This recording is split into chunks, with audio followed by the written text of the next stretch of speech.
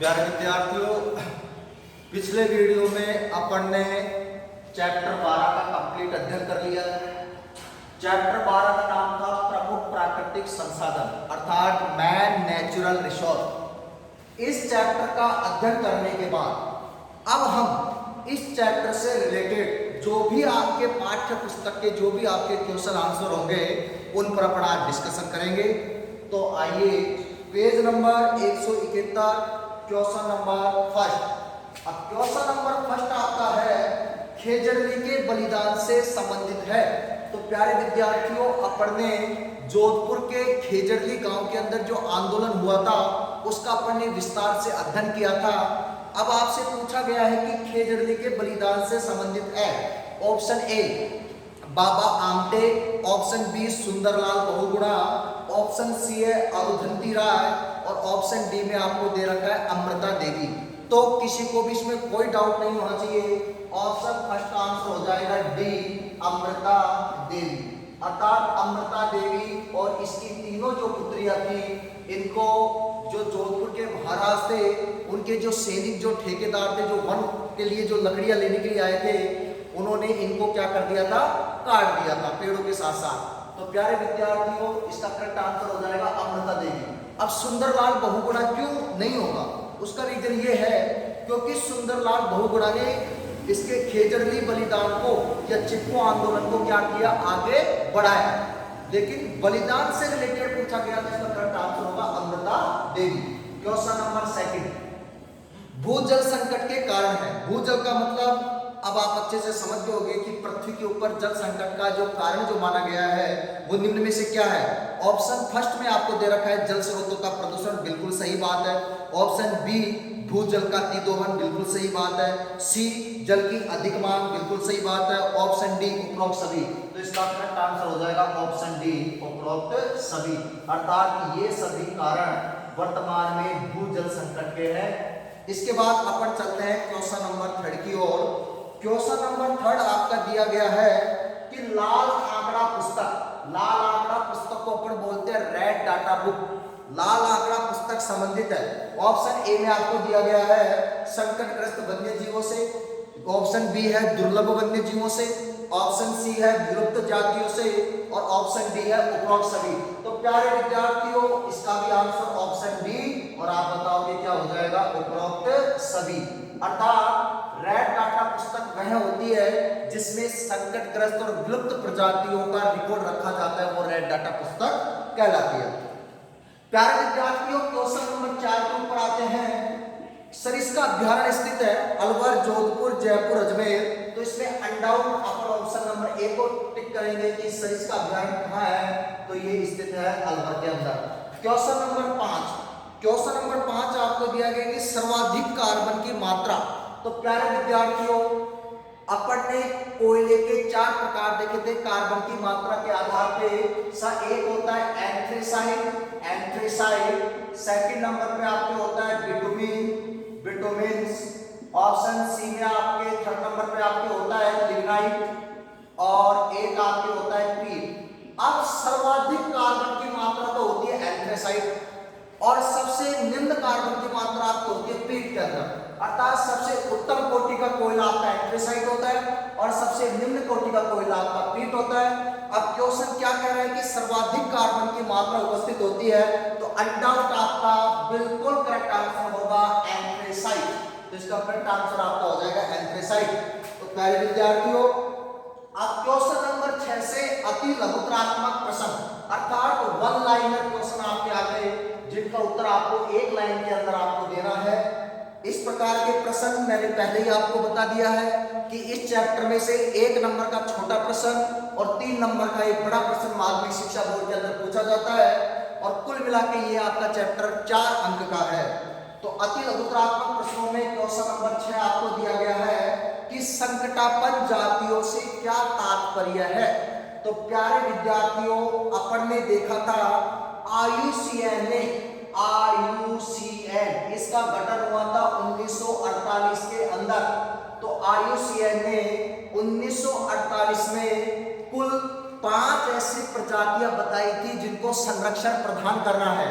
सभी को पता है, सबसे पहले विलुप्त प्रजातियां, सेकंड नंबर पे संकटापन्न प्रजातियां, थर्ड नंबर पे सभेद्य प्रजातियां, चौथे नंबर पे दुर्लभ प्रजातियां और पांचवें नंबर पे आपकी आती है अपर्याप्त रूप से ज्ञात प्रजातियां। अब अपन को बताना है कि भाई ये संकटापन्न प्रजातियों से क्या तात्पर्य है। तो प्यारे विद्यार्थियों, जीव जंतु हो चाहे पेड़ पौधे हो, तो जीव जंतु और पेड़ पौधों की वे प्रजातियां जिनका समय रहते यदि क्या नहीं किया गया, संरक्षण नहीं किया गया, तो आने वाले समय में क्या हो जाएगी, विलुप्त हो जाएगी। ऐसी प्रजातियां संकटापन्न प्रजातियां कहलाती है। और ऐसी प्रजातियां जो वर्तमान में जीवित नहीं है, वो ऐसी प्रजातियां तो विलुप्त की कैटेगरी में जाएंगी। और ऐसी प्रजातियां जिनका समय रहते यदि संरक्षण नहीं किया गया, तो आने वाले समय में विलुप्त हो सकती हैं। ऐसी प्रजातियां संकटापन्न प्रजातियां कहलाती है। फॉर एग्जाम्पल जैसे बब्बर शेर है, बब्बर शेर संकटापन्न प्रजातियों के अंतर्गत आता है। इसी प्रकार गैंडा है, ये आपका संकटापन्न प्रजातियों के अंदर आता है। इसी प्रकार राजस्थान का राज्य पक्षी जिसको बोलते हैं गोडावण, तो गोडावण भी क्या है, एक संकटापन्न प्रजातियों की कैटेगरी के अंदर आता है। तो प्यारे विद्यार्थियों, मुझे लगता है कि यहाँ तक आपको किसी भी प्रश्न में कोई दिक्कत नहीं होनी चाहिए। अब अगले प्रश्न की ओर आगे बढ़ते हैं। Question number 7।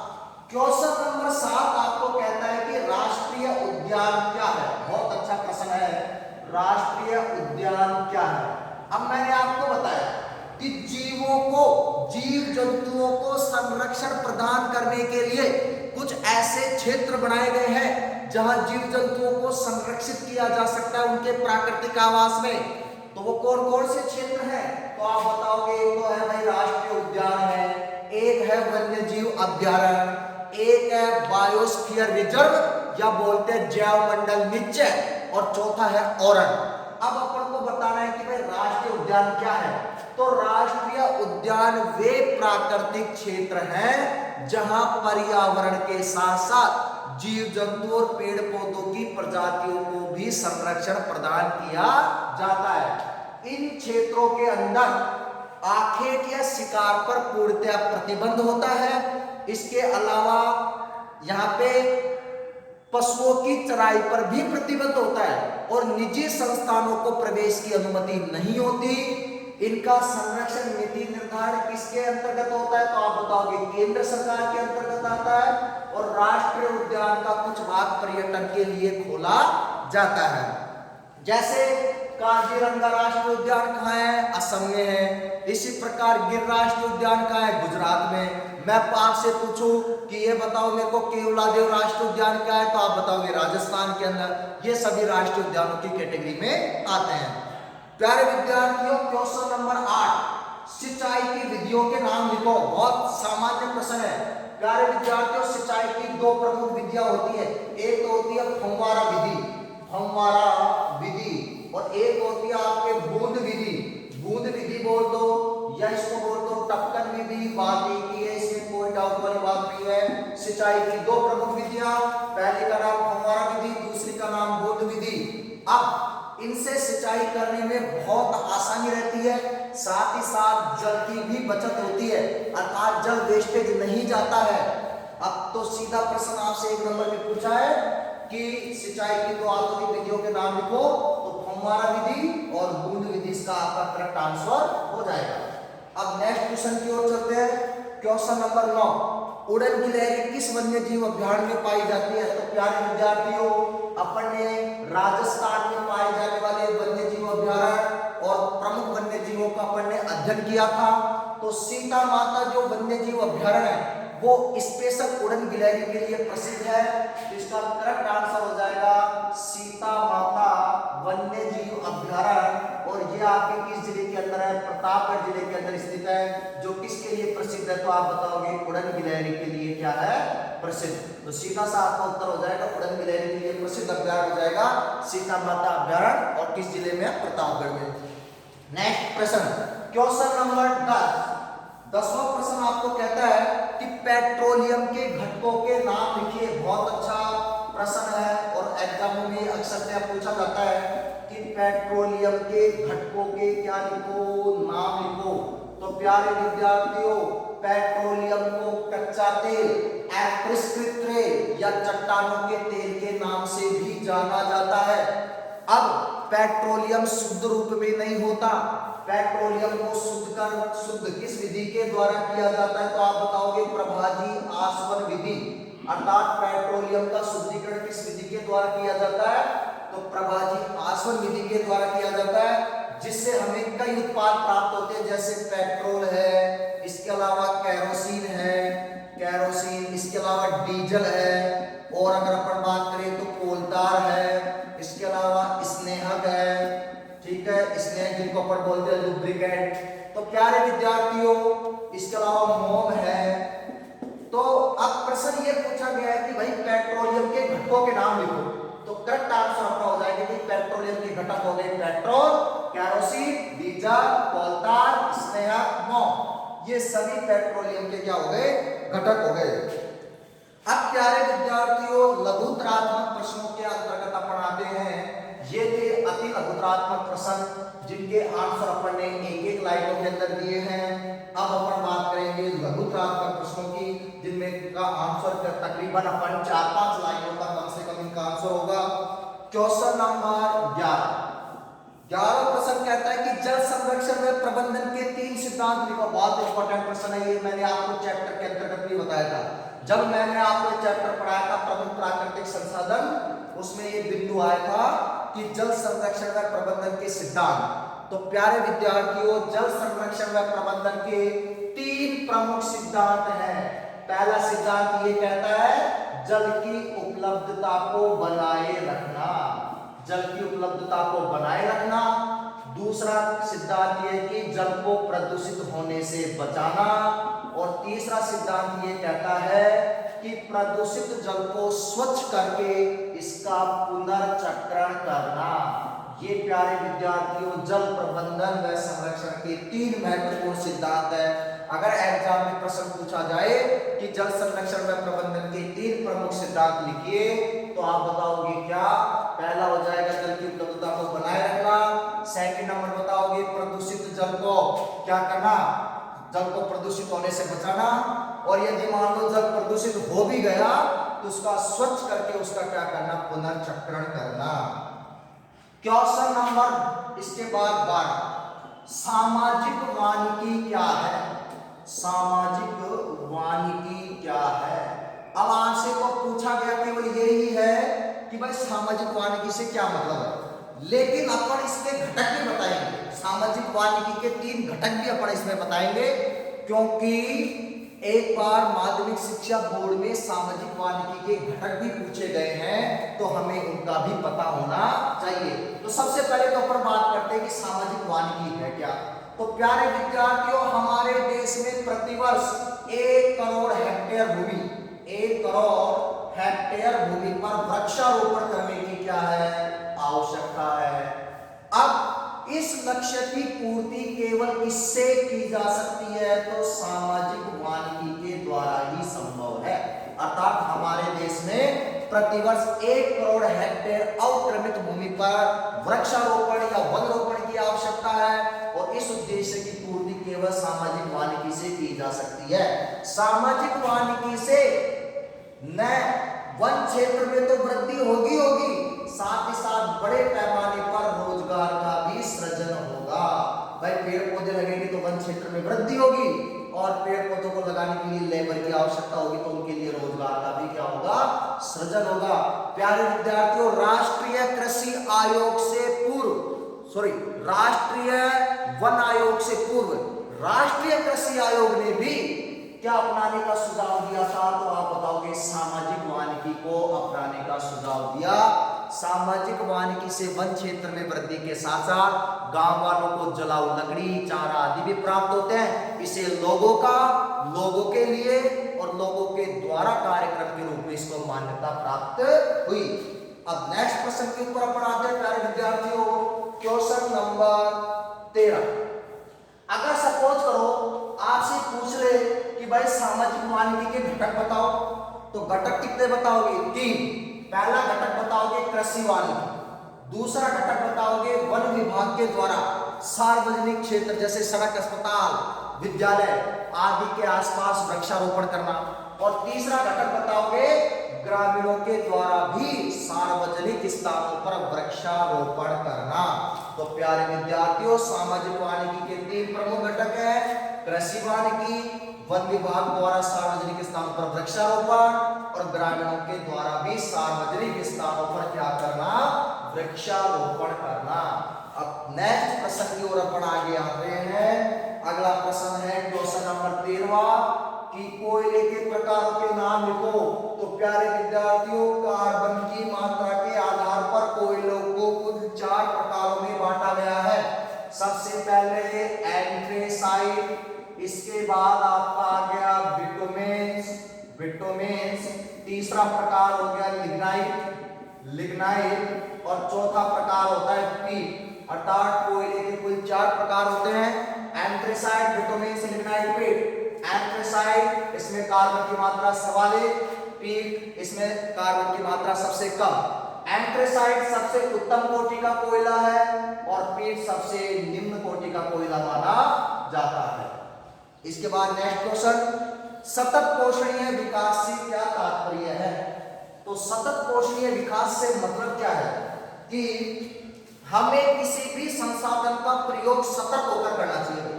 क्यों करना चाहिए सतत होकर? क्योंकि इन संसाधनों का प्रयोग केवल हम ही नहीं करें, बल्कि हमारी आने वाली पीढ़ियां इन संसाधनों का क्या कर सके, उपयोग कर सके, और ऐसा विकास ही कहलाता है सतत पोषणीय विकास। तो प्यारे विद्यार्थियों, सतत पोषणीय विकास से क्या तात्पर्य है, तो आप क्या बताओगे, हमें किसी भी संसाधन का प्रयोग सतर्क होकर करना चाहिए, क्योंकि इन संसाधनों का उपयोग हम ही नहीं करें, बल्कि हमारे आने वाली पीढ़ियां भी इनका उपयोग कर सके, और ऐसा विकास कहलाता है सतत पोषणीय विकास। क्वेश्चन नंबर 15 है, वन्य जीव संरक्षण से क्या तात्पर्य है। बहुत इजी क्वेश्चन है, वन्य जीव संरक्षण से क्या तात्पर्य है। तो प्यारे विद्यार्थियों, वन्य जीवों से मतलब ये होता है कि वे जीव जो वन में रहते हैं, अर्थात ऐसे जीव जो अपने प्राकृतिक आवास में स्वतंत्र विचरण करते हैं, ऐसे जीव वन्य जीव कहलाते हैं। लेकिन वर्तमान में मानव के द्वारा ऐसे कारण उत्पन्न कर दिए गए हैं जिनसे वन्य जीवों पर संकट मंडरा रहा है, क्योंकि मानव ने वन्य जीवों का अवैध रूप से शिकार किया है। शिकार करने के कारण इनकी कई प्रजातियां क्या हो गई है, विलुप्त हो गई है, और कई प्रजाति इनकी संकटापन्न है। अगर समय रहते यदि इनका संरक्षण नहीं किया गया तो आने वाले समय में पृथ्वी पर इनकी अनेक प्रजातियां विलुप्त हो जाएगी। अतः हमें वन्य जीवों का संरक्षण करना चाहिए। इसके बाद अब आते हैं निबंधात्मक प्रश्न, जिनके आंसर आपको देने हैं लगभग एक पेज के लगभग आंसर होंगे। तो सबसे पहले बात करते हैं क्वेश्चन नंबर 16 की, जल संरक्षण एवं प्रबंधन के उपाय। प्रबंधन के क्या लिखो, उपाय। अगर सिद्धांत पूछे तो कितने बताएंगे, 3। अब प्रश्न ये कहता है कि भाई जल संरक्षण एवं प्रबंधन के उपाय लिखो, अर्थात जल का संरक्षण कैसे कैसे किया जा सकता है।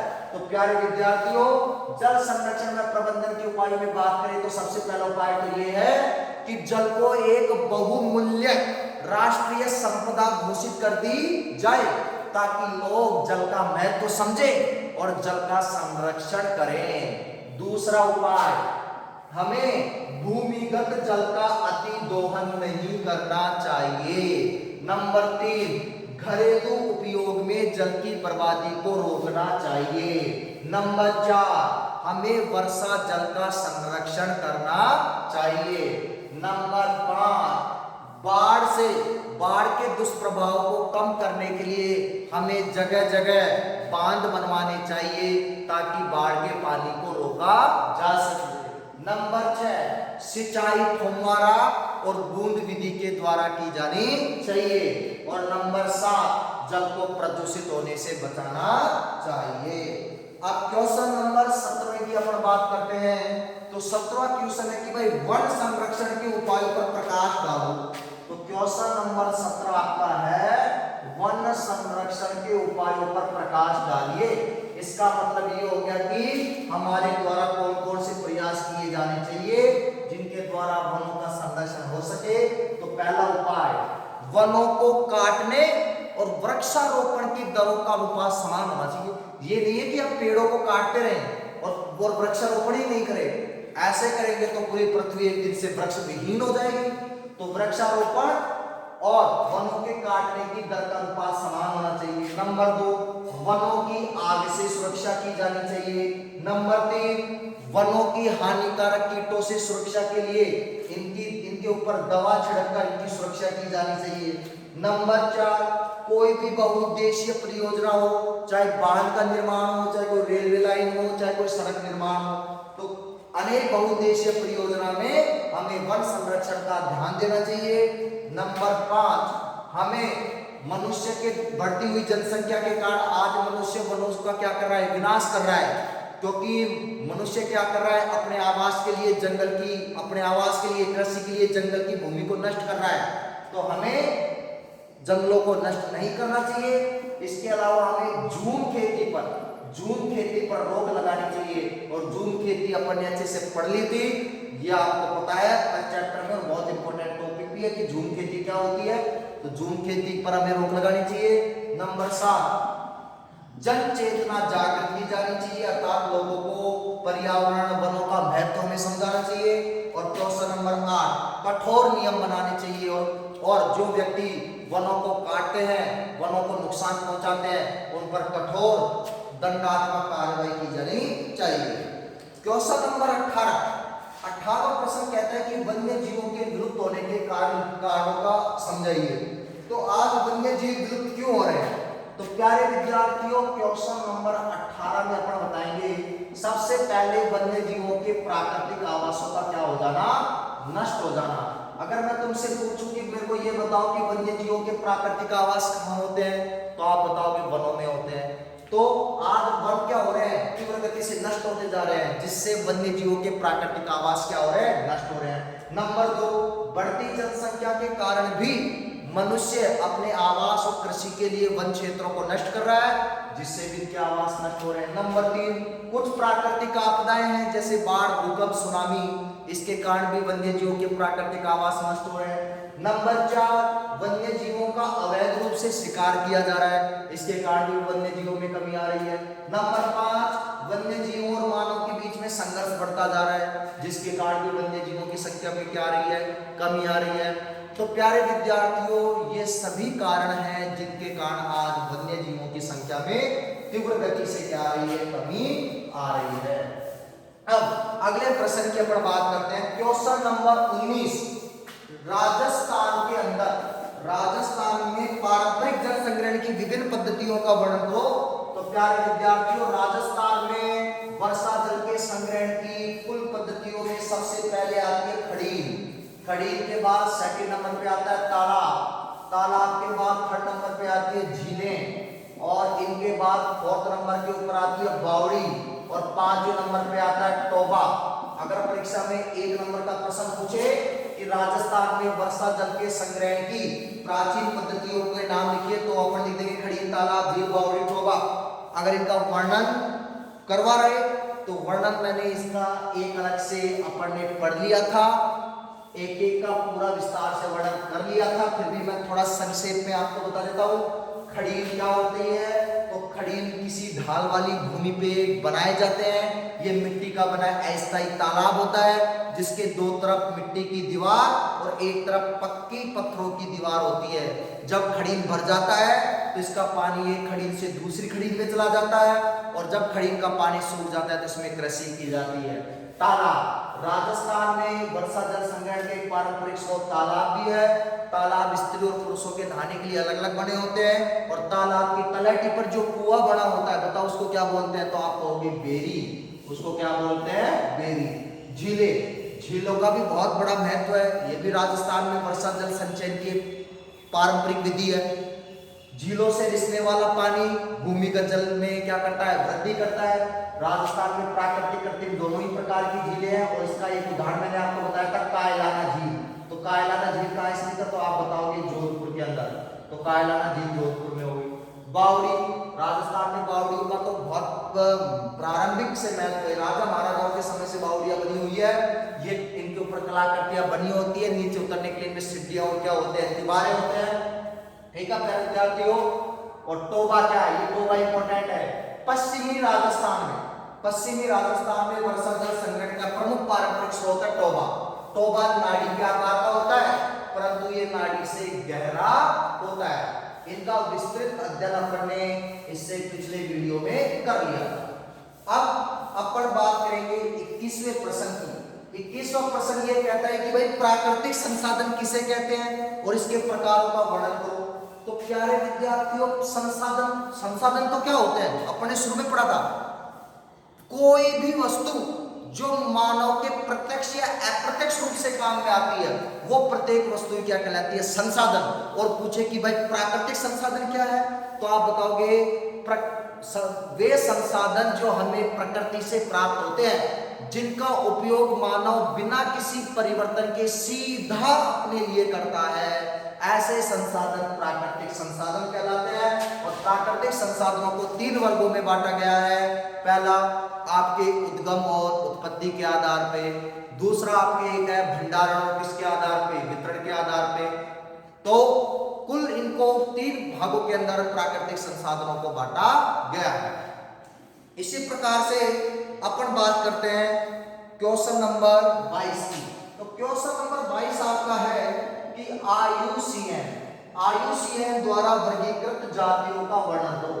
तो प्यारे विद्यार्थियों, IUCN का गठन हुआ था 1948 के अंदर, और IUCN का पूरा नाम है अंतरराष्ट्रीय प्रकृति संरक्षण संघ। और इंग्लिश में बोले तो international union for conservation of nature, अर्थात अंतरराष्ट्रीय प्रकृति संरक्षण संघ IUCN का पूरा नाम है, जिसका गठन 1948 में किया गया है। और IUCN ने विभिन्न जातियों को संरक्षण प्रदान करने की दृष्टि से कुल 5 वर्गों में बांटा गया है। सबसे पहले नंबर पे आती है विलुप्त प्रजातियां, सेकंड नंबर पे आती है संकटापन्न प्रजातियां, इसके बाद थर्ड नंबर पे आती है सभेद्य प्रजातियां, और फोर्थ नंबर के ऊपर आती है आपकी दुर्लभ प्रजातियां, और 5वें नंबर के ऊपर आती है आपके अपर्याप्त रूप से ज्ञात प्रजातियां, अपर्याप्त रूप से ज्ञात प्रजातियां। अब इनका वर्णन आप कर सकते हो आराम से। ऐसी प्रजातियां जिनका अस्तित्व वर्तमान में नहीं है, वो विलुप्त प्रजातियां कहलाती है, जैसे डायनासोर है, राइनिया पादप है। संकटापन्न प्रजातियां, ऐसी प्रजातियां जिनका समय रहते संरक्षण नहीं किया गया, तो किसकी कैटेगरी में आ जाएंगी, विलुप्त की कैटेगरी में आ जाएंगी। तो वो आपके संकटापन्न प्रजातियां होंगी, जैसे बब्बर शेर है, गैंडा है, गोरावन है। सभेद्य प्रजातियां, ऐसी प्रजातियां जिनका समय रहते संरक्षण नहीं किया गया, तो ये किसकी कैटेगरी में आ जाएंगी, संकटापन्न की में आ जाएंगी, ये सभेद्य होगी। दुर्लभ प्रजातियां, ऐसी प्रजातियां जो विश्व के कुछ गिने चुने भागों में पाई जाती है, दुर्लभ हो जाएंगी। और अपर्याप्त रूप से ज्ञात प्रजातियां, तो ऐसी प्रजातियां जिनकी जानकारी वर्तमान में हमें नहीं है, लेकिन वो पृथ्वी पर मौजूद है, ऐसी प्रजातियां अपर्याप्त रूप से ज्ञात प्रजातियों की कैटेगरी में आती है। इस प्रकार अपन ने 12वें पाठ के क्वेश्चन, सभी पाठ्य पुस्तक के क्वेश्चन आंसर का अध्ययन कर लिया है। इसके बाद मिलते हैं अपन किसी नए चैप्टर के साथ, तब तक के लिए धन्यवाद, गुड बाय।